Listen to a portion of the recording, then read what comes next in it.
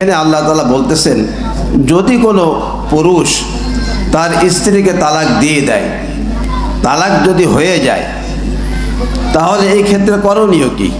তালাক উভয় পক্ষের সম্মতিতে হোক, এটা মনে রাখবেন, রাগের মাথায় হোক, এমনিভাবে কেউ যদি মদ খেয়ে এসে মাতলামি করা অবস্থায় যদি তালাক দেয় তো তালাক হয়ে যায়। যদি 3 তালাক দেয় তো তালাক হয়ে যায়। তো যদি তালাক হয়ে যায়, আপনি আপনার মেয়েকে ছাড়াই নিয়ে আসলেন, আমি আমার ছেলের মাধ্যমে তালাক দেয়ালাম, হয়ে গেল তালাক। তো এখন এই মেয়েকে এই পুরুষ আবার কি গ্রহণ করতে পারবে? কোরআনে কি বলে? আমাদের একজন নবীন আলেম সুন্দর কথা বলছেন যে, আমরা আল্লাহকে বিশ্বাস করি, নবীকে বিশ্বাস করি, কোরআন বিশ্বাস করি, কিন্তু কোরআনের আইনগুলো আমরা মানি না। তার মধ্যে একটা আইন, এই মহিলাকে, এই তালাকপ্রাপ্তা মহিলাকে আর গ্রহণ করা যাবে না। হ্যাঁ, যদি গ্রহণ করতে হয় তাহলে কি করতে হবে? প্রথমত হলো যে নিতান্তই অপারগতা ছাড়া তালাক দিও না, তালাক দেওয়া ভালো না। হ্যাঁ, যদি তালাক দিতে হয় উভয় পক্ষের সম্মতিতে তালাক দাও, কিন্তু এটা নেওয়ার চেষ্টা করো না। এখন যদি নিতে হয়, সিস্টেমটা দেখেন, আপনারা জানেন যে এই মহিলাকে 3 মাস পরে অন্যত্র বিবাহ বসতে হবে, 3 মাসের আগে না। আল মুতাল্লাকাতু ইয়াতারাব্বাসনা বিআনফুসিহিন্না সালাসাতা কুরু। আল্লাহ তাআলা কোরআন কারীমের মধ্যে বলতেছেন সূরা বাকারার মধ্যে, যে মহিলা তালাক প্রাপ্ত হবে, তালাক হয়ে যাবে, সে 3 মাস ইদ্যত পুরা করবে, 3 মাস ইদ্যত পুরা করবে, এরপরে অন্যত্রে সে বিবাহ বসতে পারবে। কিন্তু আমাদের সমাজে দেখা যাচ্ছে 3 মাস লাগে না, 5 দিনের মধ্যে আরেক জায়গায় বিবাহ হয়ে যায়।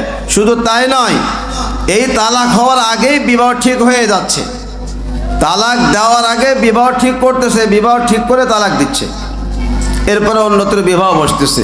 এই বিবাহ তো হবে না, এই বিবাহ হয়নি।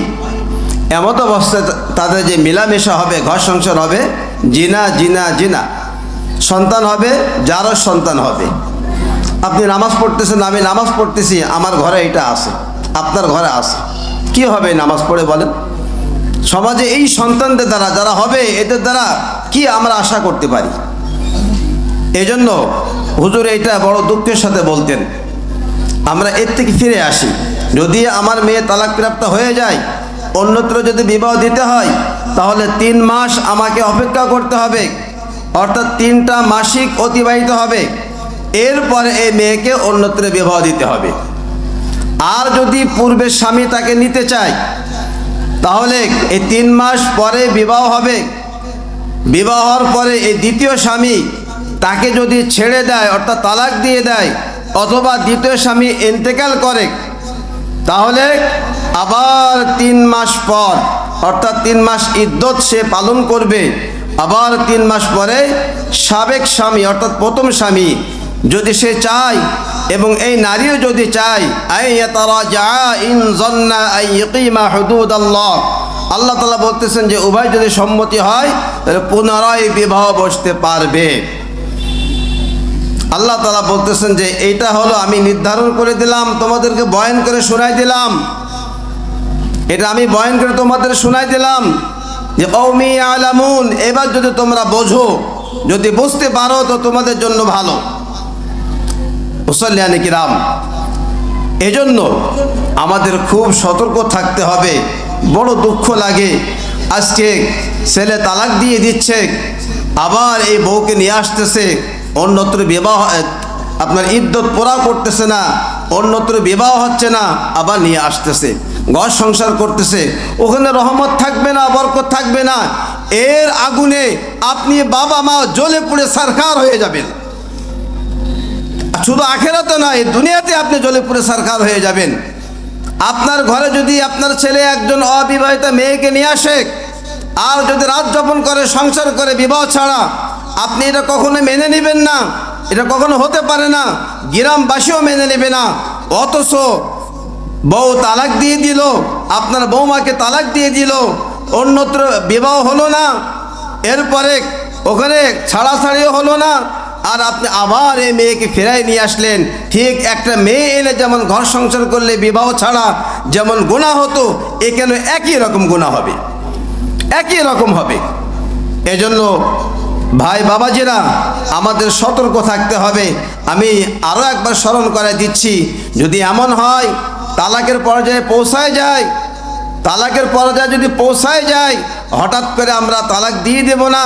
তালাক দেওয়ার নিয়ম হলো যে মাসে একটা করে তালাক।